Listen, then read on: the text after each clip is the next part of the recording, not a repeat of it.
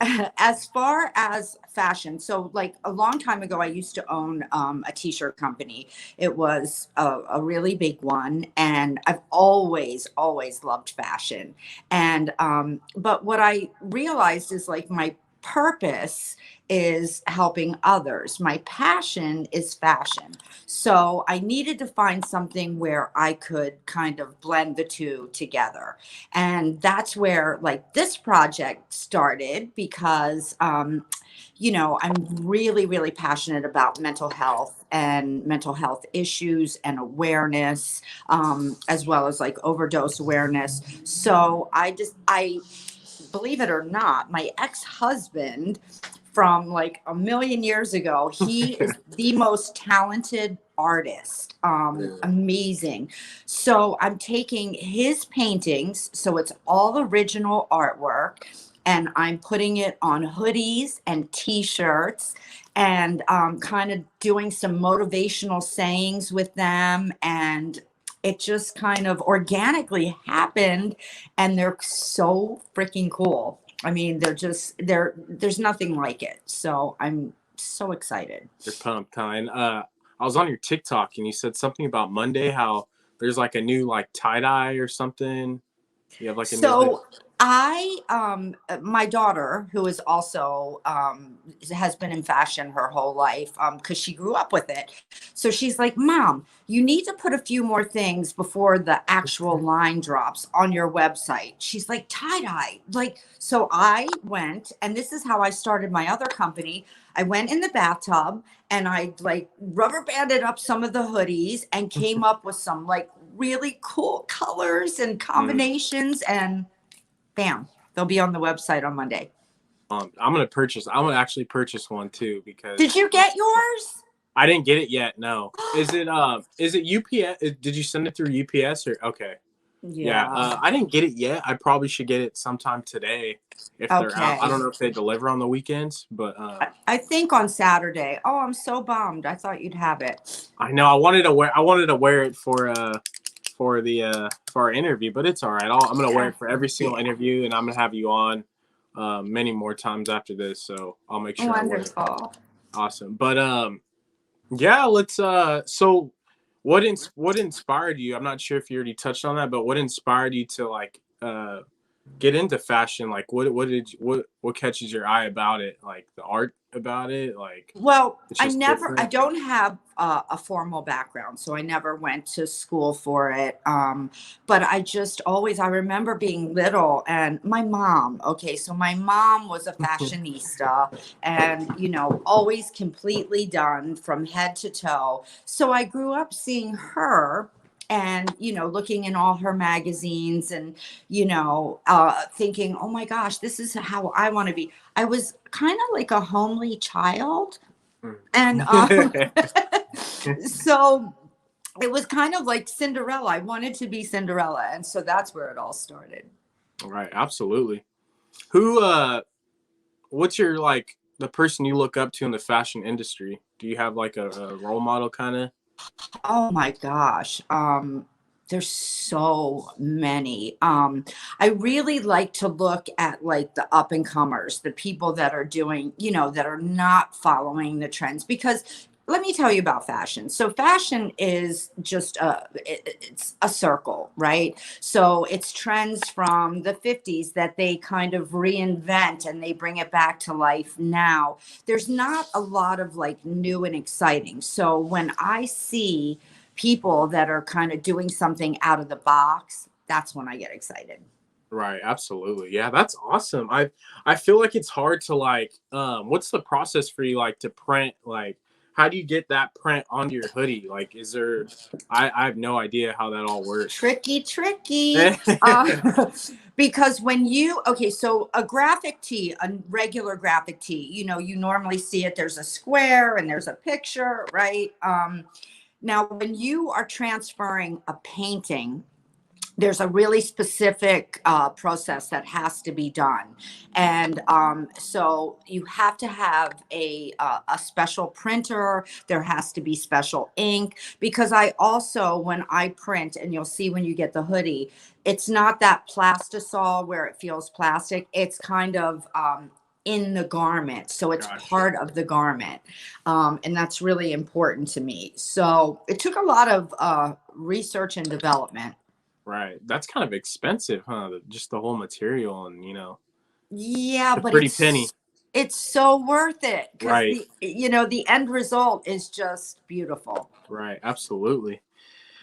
All right, Stacy. Well, yeah, I'm pumped. I'm pumped for the hoodie. I wanna advertise that and get it going and help you out, Thank you. because I know Thank you, like I you. said, you're very passionate about what you do, and I think it's very awesome. What you came up with and your ideas. It's very cool. And the But charity that we are associated with. So I did also some really deep diving on that. I wanted a charity that was putting their money where their mouth was, right? Because a lot of nonprofits, they say they're doing this and say they're doing that. So this mental health organization here in Los Angeles, like if you go on Charity Navigator, they're 100 out of 100. They are so transparent. You can see exactly what they're spending their money on. They're helping every demographic, that they don't leave anyone out. They're phenomenal. So it's right, exciting. absolutely. Stacy, what's your do you think mental health is talked about enough in society? Like it's very important, but I feel like it's not talked about. People are more entertained by stuff going on social media. Like, for an example, Addison Rae and Bryce Hall. I'm not sure if you know them, but they live in LA and they're like TikTok famous people. People are more interested in that than mental health, like a serious issue across the whole entire world. But do you think it's talked about enough? No. And, it's not talked about until a celebrity, like look at Robin Williams, for Right, instance, right? So that's when it's brought to the forefront. Other than that, it's kind of swept aside. And the other reason, so this COVID hoodie that I've done, it's a really in your face image about COVID, because mental health statistics tripled during COVID. right, Okay, so being isolated, lockdown, suicide went up. So no, it's not being talked about enough, and that's kind of why I chose this, as well as me suffering with mental health issues. right. Absolutely. And people see you as a role model too. So, like I said, hats off to you, doing what you're Thank you. doing. Like I saw something on Twitter. I think this morning. Yeah, this morning when I woke up, DMX, he overdosed. He Um, did? yeah, he overdosed this morning. I Is he think he's alive? he's in the hospital. Yeah, I think he's in the hospital right now. But he overdosed. But like how you're talking about, it takes a celebrity to catch the attention of that serious matter. It's kind of unfortunate in a way because there's millions of people, homeless, whatever, that are overdosing. People at parties, college students. It's not talked about enough, and I think it needs to be, brought upon the light a little bit more. Actually, way more. Exactly. Well, Yeah. so people look at homeless people, right? And they really don't look at why they're homeless, right? Oh, it's a choice, or they're drug addicts, or so many have untreated mental health issues, or are not able to get access to the medication that they need. Housing, there are not enough facilities for those who are, really on the lower part of the scale. There's nowhere for, so, this is the stuff that people need to see and realize. And yet it affects, the mom next door, little children, everyone. It does. Mental illness leaves no one out. So yeah, we need to talk about it. We don't like to talk about the ugly stuff. Absolutely, yeah, and it's unfortunate, and I think even the school system, how we're taught, or how kids are taught, it's, it molds their mind and their views on different things and how to view it, rather than using your own creativity in a way. Right. But like, yeah, speaking about the homeless, like they're building all these hotels and stuff, brand new hotels, but it's like you have, thousands of people on Skid Row, suffering from mental illnesses and you know, uh, drug addictions and all that. And why not, like a Marriott? They have billions of dollars. Why not just open up something, down the street and have like a clinic, a rehab center, all that, and open your doors to these people because they need it. They never had that that help. Some it's hard to ask for help. They don't know how to ask. You know what, Sid? That's like a really good point. So the shame that's based around mental health, right? So there's a lot of shame, and being able to ask for help, that is an issue because, it's not talked about in a positive light, right? So, and if you don't know what's wrong with you, so like a lot of like the teenagers that are suffering from bipolar, depression, anxiety, and like they have this and then they get bullied, so because they're so afraid to come out and speak about it, what do? They commit suicide, right? Right. So this is the problem, and it's huge, and it's really like, it just is so close to my heart. I Right. just, I'm whatever I can do to bring And that's awareness. why you do what you do, exactly. And another thing is too, I feel like the government is corrupt and they know what's going on. They kind of preach, oh yeah, let's get the homeless off the street, whatever. But it's like you're doing nothing for it. You're just you're making the situation worse. Um, Yeah. but especially talking about the mental health, I feel like in men, it's I don't know the statistics, but it's worse because they have that type of stigma on them to where they need to find the job, they need to provide, they need to secure secure their family, they need to do this that, all these things that they need to do. But it's like it's not really like that. Everyone, you know what I'm saying, it's like it's different. Like men feel the need that they have that they need a higher standard to But impress I'm a female or something. so glad you brought that up, Right. because, and do you know that the high in the black community, black men, okay, because they are told that you don't talk about that. You don't go to therapy. You don't go to a psychiatrist. It is so prevalent in, like, because it's so taboo. Right. With, you're absolutely right. Men, really, there's a stigma for them, and they feel, again, a lot of shame, and it's so sad. Yeah, it's very unfortunate, but I mean, hopefully it gets better for everyone. Hopefully this world changes and gets 1% better at least every day or something. That'd be That'd be great. nice. Yeah, but yeah, Stacy, let's get into it. You want to get into your? Okay. I knew it was coming. Right. That was a great talk. I can sit here for hours and talk with you, just about anything, different topics. But I like to talk about things, about society going on in today's world. Yeah. But Okay, so you want to talk about how it all started, huh? yeah, yeah, let's just talk about, because I like to prove people wrong. Like, look, Okay. you went through what you went through, and now look at you. Um, anything's possible. Anything can happen. There's a light at the end of the tunnel. So that's why using you and having you on as an example is a prime example.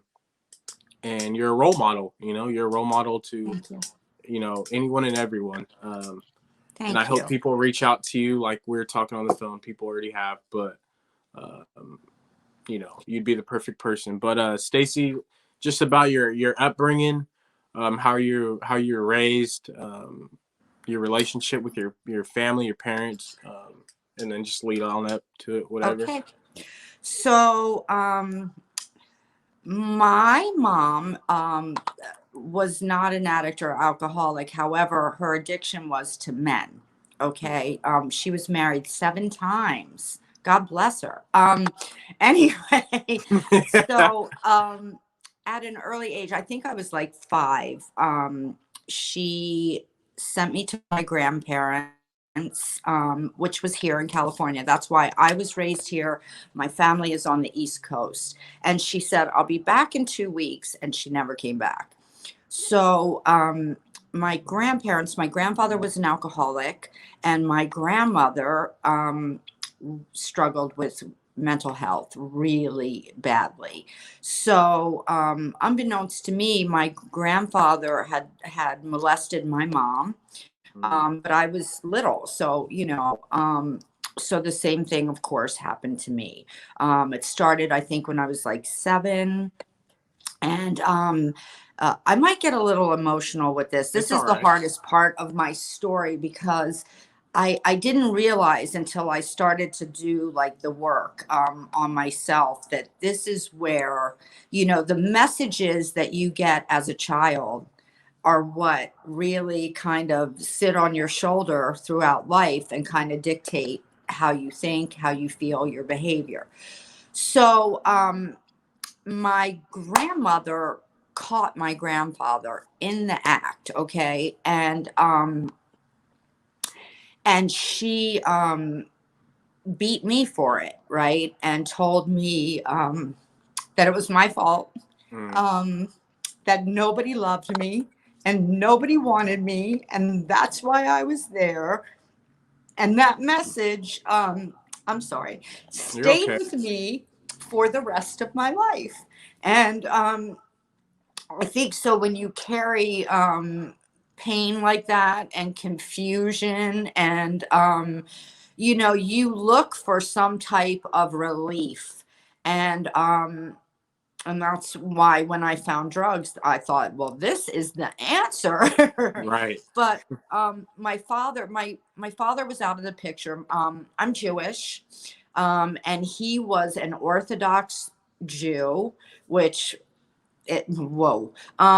So What is that there. exactly, Stacy? Or Pardon? what is that exactly? I'm not too. Okay, so that's the like strictest level of Judaism, right? So you've got Orthodox, and then you've got conservative, and you've got liberal. And Orthodox are the ones that you see that have all the gear on, and Gotcha. and like no milk and meat. You have to keep kosher. So, as a child, you want a cheeseburger, right? My Right. stepmother was so cool. She used to take the burger, open it up, put the cheese on the inside, close it, and I'd be like,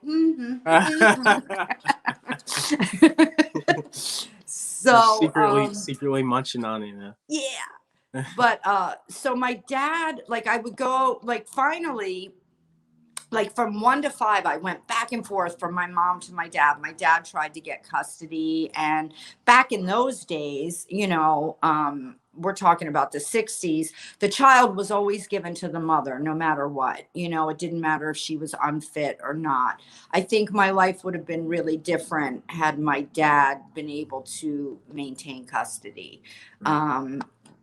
So anyway,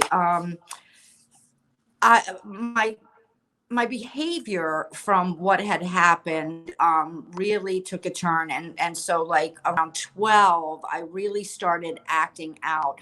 My grandparents owned a general store. It was Lake Elsinore. Do you know Lake Elsinore? It's this little teeny town here, like past Riverside. All it is a lake, a little town, and mountains, right? And Okay.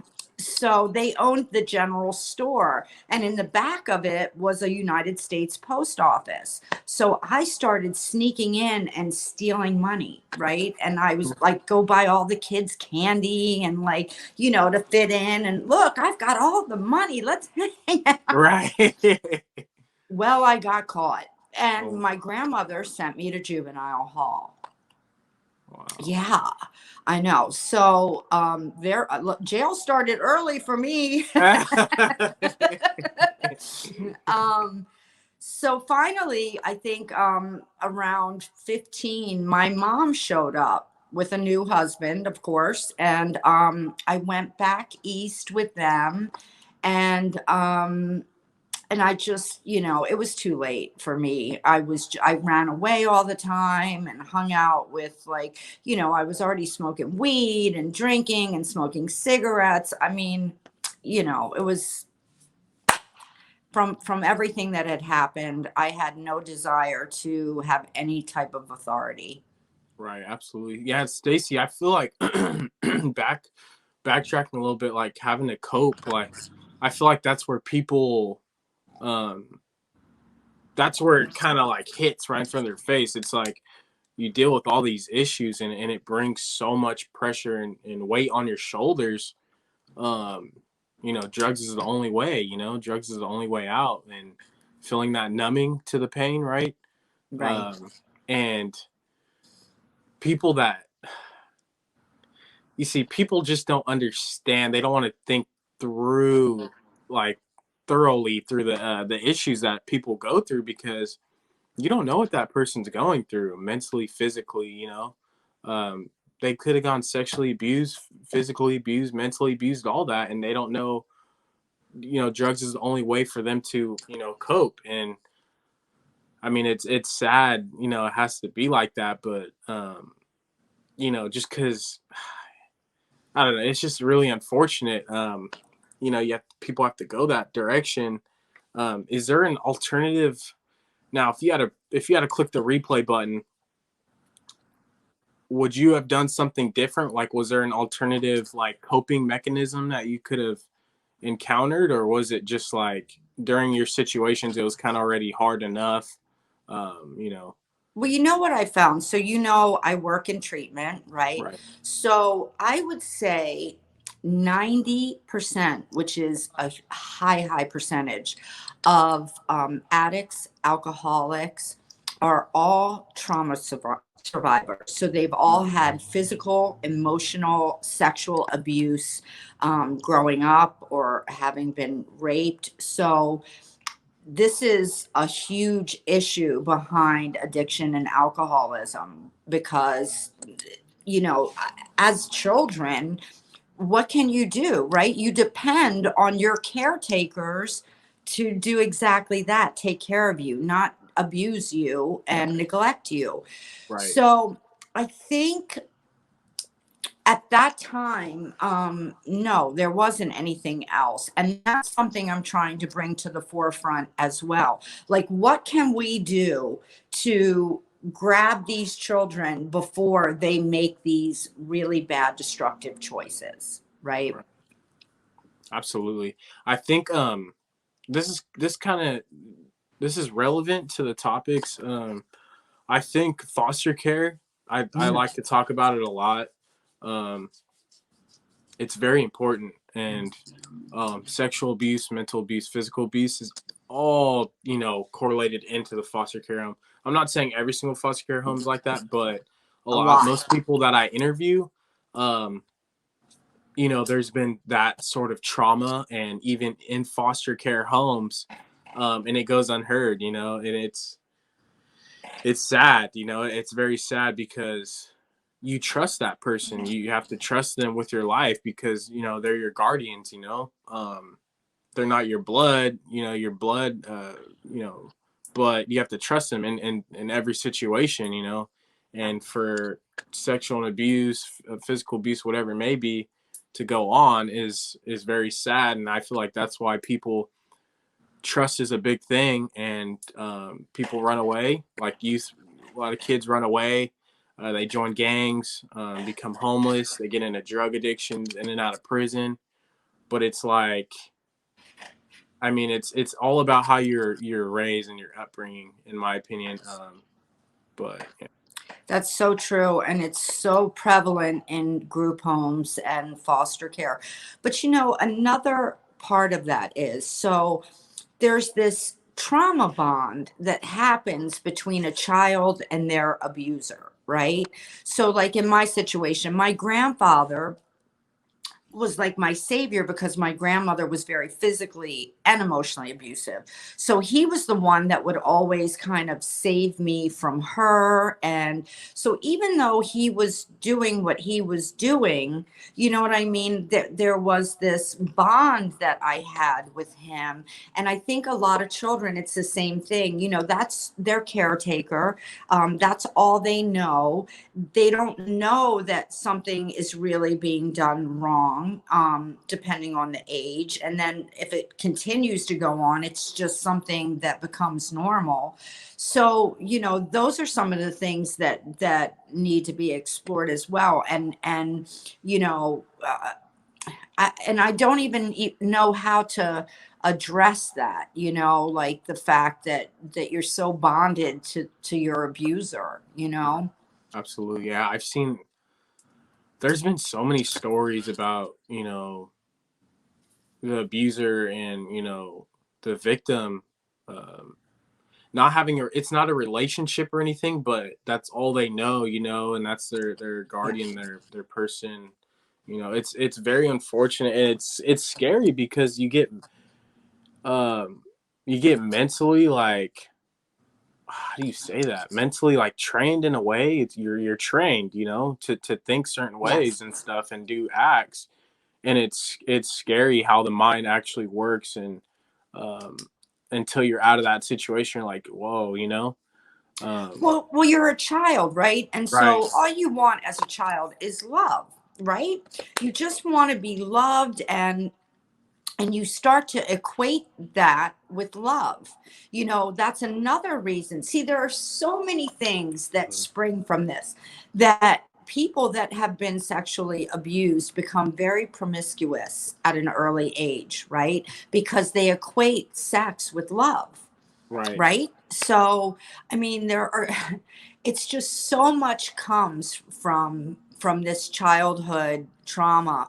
And I think that's another really important issue. And like you said, where we really need to put the focus is in foster care, group homes, you Right. know, because it is so prevalent there. And if you go back and look, a lot of these kids that were raised in the system, where do they end up? You know, Right. addicts, jail, right? Everything that you said. So there needs to be, like, our government, you know, needs to like start taking a closer look at placement of children.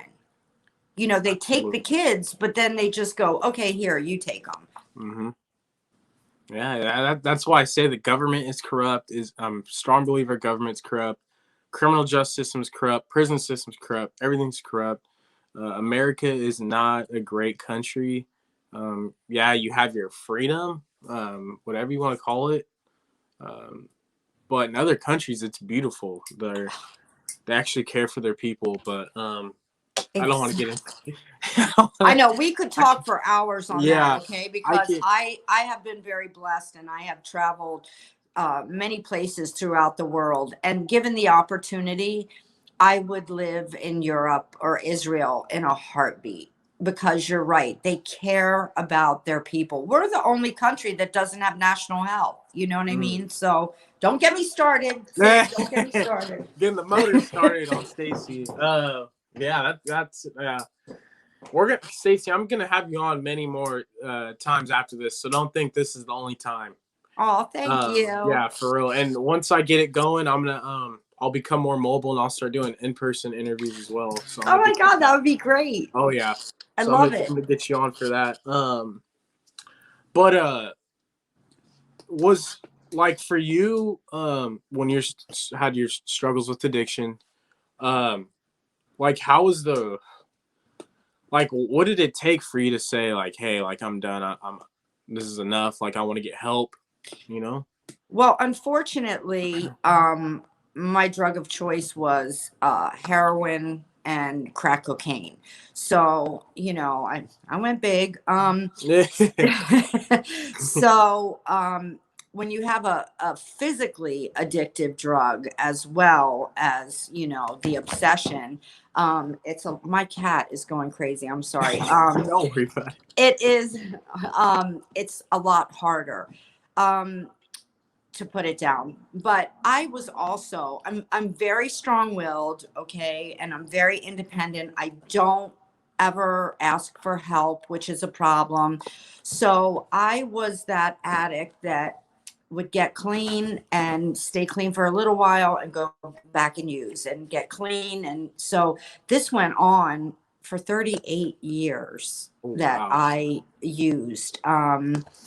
And, you know, like we talked about, that included jails and psych wards and institutions and overdoses. So, to jump forward, finally, you know, you have to just, you get to the point where like enough is enough, right? And you just feel like you can't live another day. Doing the things that you have to do in order to get high and maintain being high. And I find it's surrender. That's what it is. I finally just surrendered and I finally asked for help because it's not something you can do alone. Right. Absolutely. Absolutely.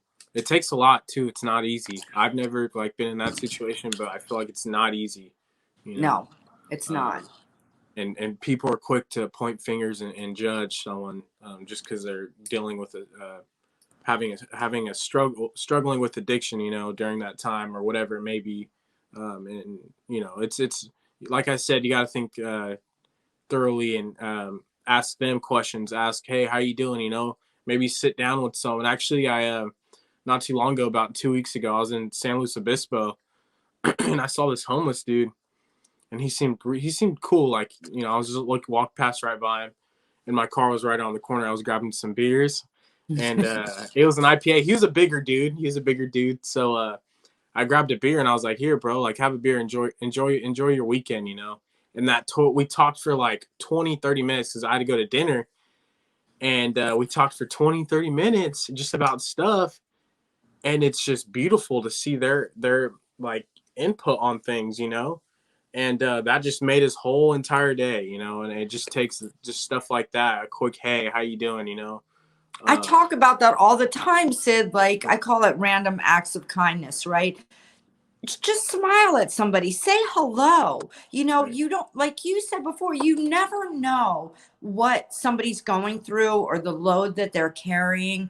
And like what you did, sitting down with someone, because you know homeless people pass by them, and you know, and Right. the fact that you sat with this gentleman and you spoke to him, you're absolute made his day. It probably made his week, you know. Right.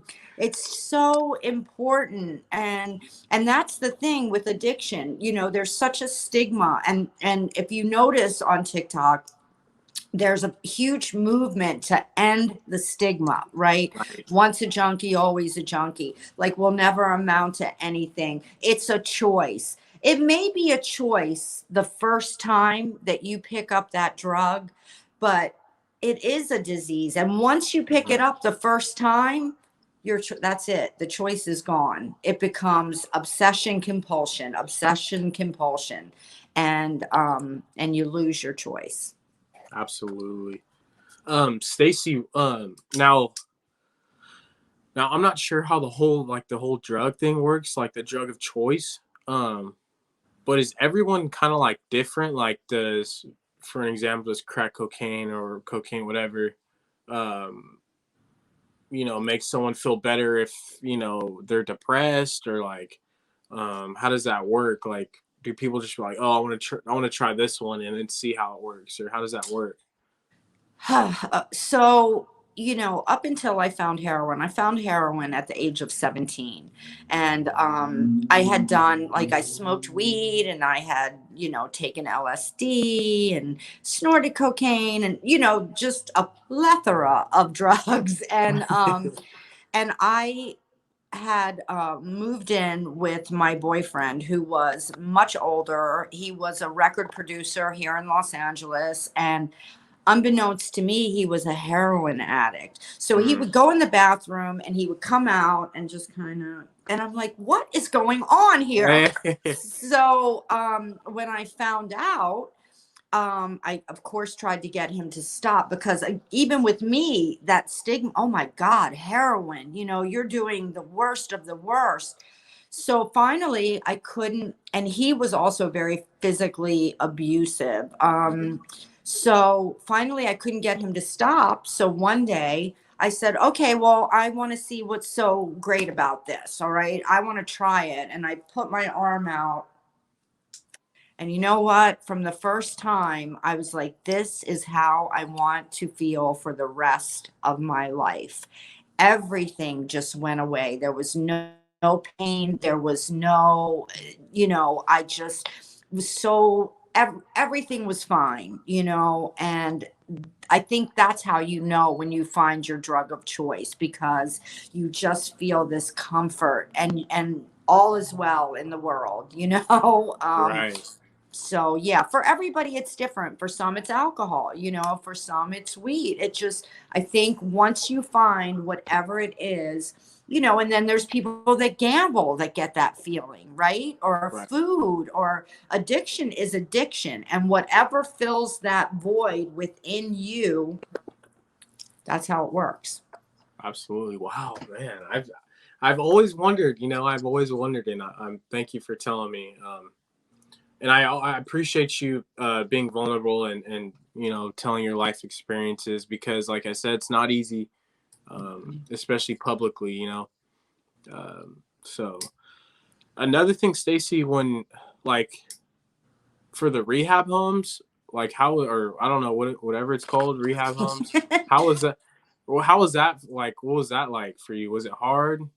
Well, okay, so there's treatment centers, Treatment. right? There's recovery houses, sober living, and then there's medically assisted treatment, which is a big issue. I'm sure you've heard, like on TikTok, it being discussed. So that's when methadone or Suboxone is being used, which I've been on both. And let me tell you something, anything, okay, that can get you from stopping you from harming yourself, from being homeless, helping you become a productive member of society. I don't understand why people, like, educate yourselves, okay? Right. Like, education is so important, mental health, addiction, because people have opinions, but they're not based in reality. So, I've been in probably 25 treatment centers, probably 40 recovery houses and sober livings. Um, they work if you're ready and you're willing. And that's the thing. I mean, now, mind you, and I'm being 100% honest with you. I promised that, I was going to be transparent and honest. There are many treatment centers and recovery homes, and this has been a big issue, that are in it for the money, right? So there was this big scam in California. I don't know if you heard about it, but so you would come into the recovery house and they would pay you to go use again. They pay you to relapse so that they could you could come in again and they could get more money from the insurance. So they were paying people to relapse and then giving them like $1,000. And oh my gosh, it was the most, it was horrifying. When was that? Was that in LA? Yes, it was Oh in my Southern God. California. I think it was it was a few years back, but I mean, it hit the news. It really hurt the treatment industry for a long time. It took a minute to recover from a scandal like that. Jeez, wow. That's I mean, you're paying people to go kill themselves. Who's to say that you give them that money to go relapse, and that's the time that they overdose and die? right. Wow. Crazy. It's it's crazy how the world works, right? I know. And it's all just a whole big system. It's all about money. Money controls everything. Boy. It's And you a know what? big problem. what makes me so angry though is to prey on the addicts and the people. Like, look, when we seek treatment or help, we are at the bottom of the bottom. So to take that and use that to your advantage, because you're going to milk the insurance companies, or they even do it to, like, parents of addicts. These parents, are watching their children die, and they will do anything to get them help. And so they're telling the parents, oh, you have to pay all of this and do all. It's just, it's very corrupt, and it's very upsetting. Nah, it's crazy. Stacy, now, like, how was it from a family perspective? Like, I'm not too sure if like, how did it affect your family during when you had your struggles? Like, what was? So, okay, I told you about my father being very religious, right? Right. And in Judaism, right, like, it's all about education and becoming successful. So, needless to say, having a junkie I was my father's only child, and devastating. Like, he just couldn't understand, like, just where's your willpower? Just stop, Stacy, stop. Like, all it takes is just willpower. You're being weak. I was like, Dad, if I could just stop. However, he came out to Los Angeles on a visit, and this is why it's so important to, like, really interact with your child if they're an addict, and, like, really kind of get to know addiction a little bit. So he came out to visit from LA, and he spent 3 days just kind of, and I was on methadone. So he hung out with me, and he saw my whole routine. And at the end, he said, you know what? It's really hard for you, isn't it? And I was like, oh my God, he got it. Like, being on this earth, being in my head, dealing with mental illness is really hard. And he was the first person who ever got it. And then our relationship changed. Got better, yeah. Now, Stacy, now what you went through during your youth years with your sexual, physical abuse, mental abuse. If that wasn't in play, do you think your life would have been totally different? I that's a very good question, Sid. Very good question. And I often ask myself that. However, in my case, so I've been diagnosed with bipolar, anxiety disorder, and then, of course, PTSD, from all the stuff that happened. I mean, and that wasn't just the only thing. Like, I was raped later as a teenager, and just lots of crazy stuff has gone on. So those are the three things that I have. And I do believe that I have had them my whole life. Okay. My dad, I saw my first psychiatrist at the age of 5. So, yeah. So I think that for me, I would have been an addict and alcohol. Yeah, I was destined, because I didn't understand why I felt the way that I felt. Why am I so sad? Why is everything so difficult? Like, when you don't know it's so difficult to live within your head. And, you know, Absolutely. Especially being that young, it's just molded into your head, and seeing psychiatrists and all that at the age of 5 is it's not it's not your something you hear about. It's wow, man. I'm sorry you had to go through that, for real. That's no one should have to go through that. And but look at you now. Look at you now.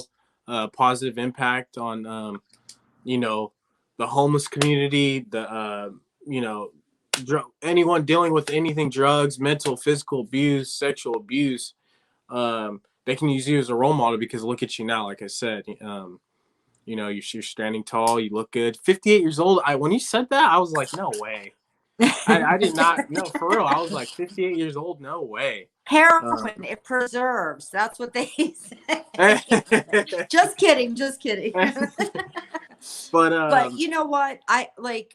Yeah, I mean, I have worked with every population. Like, I worked in women's shelters, which Oh my God, it was like just the best to work with these women and let them know that they could change their lives. I've worked in treatment centers. That's why I came back to LA. Was I took a job at a very high-end treatment center here that dealt with the rich and famous, which is another whole topic we need to talk about, but at a later date. Because they're treated so much differently, and they have access to treatment that everybody should have access to. Really? Yeah. Wait, okay, one quick thing. We're backing up. We're backing Hold up. on. Mike, MJ, the LA Lakers. Yeah. Did he? Okay, now we know he has AIDS or whatever, HIV. Yes. Now, since he has tons of money, is he getting something that others aren't? Do you think so? Oh, Stacy, I think you're muted. Oh, there Okay. you go. Okay. That was my fault. I'm on my phone and my phone rang. I apologize. Oh, you're good. You're good. Magic Johnson. Okay. Do you really, my honest opinion? Yes. Okay. There is treatment available to the rich and famous that is not available to the general population. And just like, okay, see, we have so many discussions to have because I'm very educated and knowledgeable in the area of HIV and AIDS. And there's a lot of things that have been available, and a lot of information that is now just coming to the forefront. Like, if you are undetectable, right? If they take your blood and they are checking your viral load, right, and you are deemed undetectable, you cannot transmit the virus. Mm. And that's been known for a really long time. But then you've got, like, big pharma that wants to put PrEP out and make a lot of money on, and so they withhold information, they withhold treatment. So in answer to your question, I know I went all the way around. No, it's all but good. Yes. Yeah. Wow. Yeah. Listen, that's something. And we're going to have, like you said, different topics. I don't want to keep you too long. Okay. It's a busy day in LA on a Saturday. Yeah. I'm going to tie-dye. I'm going to tie-dye hoodies. Right. Right. What is it like on an everyday basis for you in LA? Is it too much? Kind of a lot of people.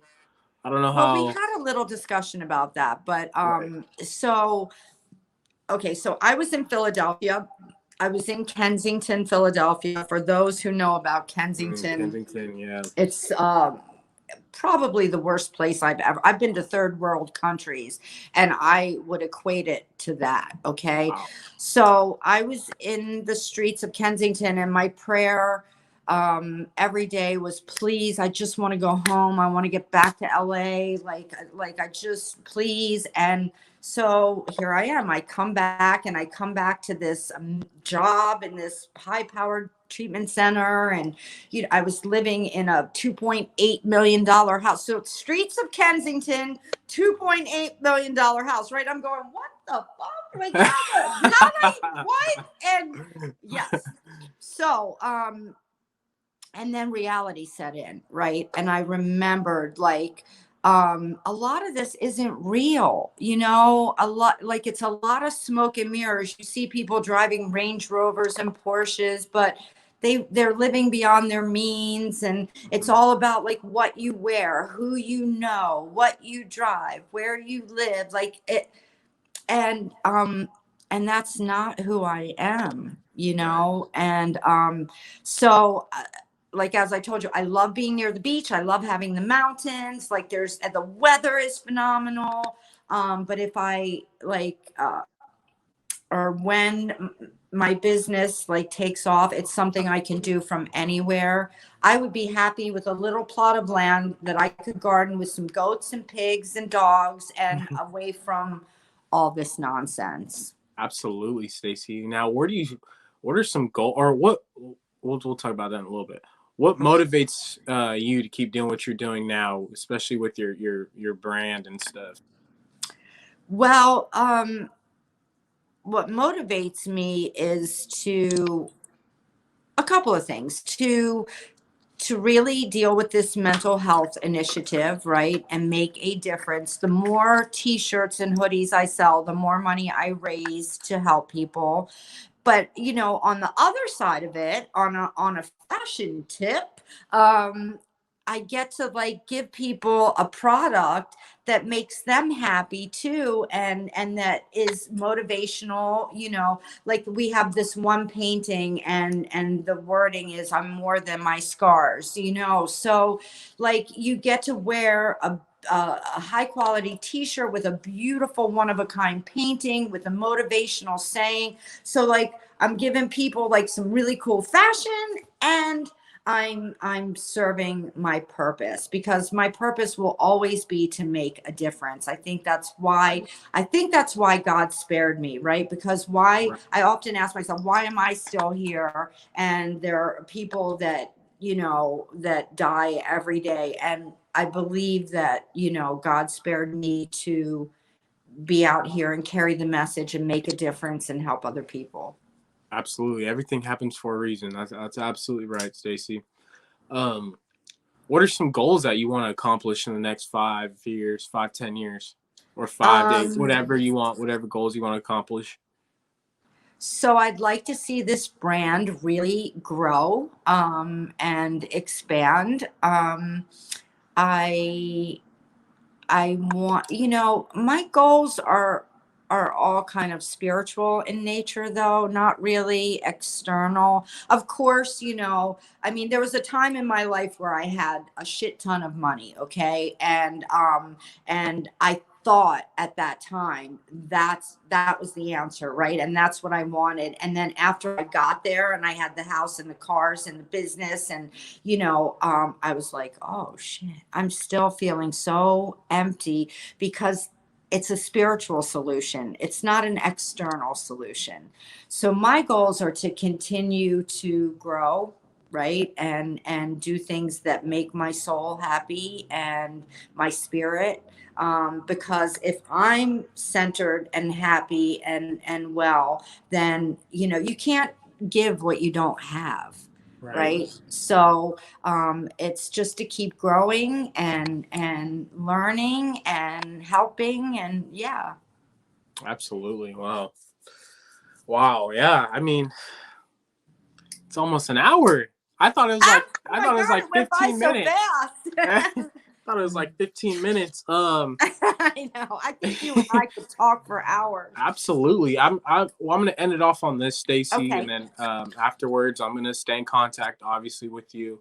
good. Um, Yes. I I can't know. I wait to wear think your what you're merch. doing is amazing. And like, I'm so glad that you reached out. And I just, Absolutely. like I told you, I mean, at your age to be doing what you're doing, like you are a role model for young men coming up, and like, just please keep doing what you're doing and being you. I thank you for that, Stacy. It means a lot to me. I'm glad I reached out to you because there was something, I don't know exactly what it was, but something that caught my eye and was like, hey, message Stacy. Let's get her on this podcast. Let's learn more about her and get to know her more, Cool. because on my podcast I like to get to know my guest, and we sometimes we become lifelong friends, or whatever, friends afterwards. I still am in contact with every single one of my guests to this day. I always randomly, hey, how you doing? Everything all right? Anything I can do to help you? Just staying That's in so contact is cool. very important. Yeah, it's I and love like with that. you, like with the brand and stuff too. I want to connect because I think I'm gonna start up once I become more mobile, or once I become mobile and on the road. I want to do something with your brand and like have you on as well, and like we can work something out down the road. I'm having ideas, but uh, Cool. That's we can awesome. collab and do something for real. Um, Yeah. well, it'll And be a when you good get one. your hoodie, wear it and show everybody. Oh yeah, I'm gonna wear it, show it all out, advertise it, every single post. Once I get it in the mail, I'm I gonna have love it. it. Take a video of it. Hey, whatever, blah blah. Thank And then you. if you want me to like have like a certain message, like a quote or whatever that you want me to throw in there, tell me, and I'm more than happy. You're Whatever you want amazing. me to say. You are amazing. Thank you. I appreciate Okay, you, so Stacy. What was did that? you say you wanted to end? Is that the note you wanted to end I on? Was wanted just I wanted to end on one more thing. okay. Advice to the youth that have gone through that are dealing with mental, I want mental illnesses, sexual abuse, physical abuse, all that. Someone that went through stuff that you went through at a young age. Like, can you give them advice, or Um, even like people struggling with drug addiction and stuff like that, homeless? Can you give them advice? well, like the best advice I can give is to reach out and ask for help. Just, I mean, all of those issues that you just named cannot be dealt with alone. Because, like I said, you're in fear and shame, and like, you have all these emotions, and left in your own head, you just can't sort it out. So, and don't give up. Look, it took me so many times to be sitting right here with you. And people counted me out, and they're like, man, she's never going to get clean. She's going back to jail. But you know what? Look, there's no shame. And if you're an addict and you relapse, and then you come back and you keep trying and you reach out, and that's the best advice that I can give, is just don't give up. Absolutely. Have faith. Absolutely. Wise words from Stacy. Everyone look at Stacy right now, where she was and to now. This is a prime example. Use her as an example. And if you are struggling with anything, reach out to Stacy. She's the perfect person to Yes. talk to about anything, especially mental health is big. But it's a blessing, Stacy. You're a blessing. Keep Thank doing you. what you're doing. You're a role model to me as well, especially what you've gone through to now. Look at you now. I always love to say it. I always like to shine the light. But I don't know. Keep doing what you're doing. I appreciate you for coming on here, Stacy. It means the most to Thank me. you. Sharing your Thank you for story and having me. experiences. Yeah, Thank and you. we'll stay in contact. And I'm gonna get you on for many more down Oh, the road. And then yeah, my next post will be me and your hoodie. So we'll yes. get it. Thank you so much, Sid. It's Awesome. been an honor. It has. And I wish everybody well. Mwah. Thank you. Absolutely. Thank you, Stacy.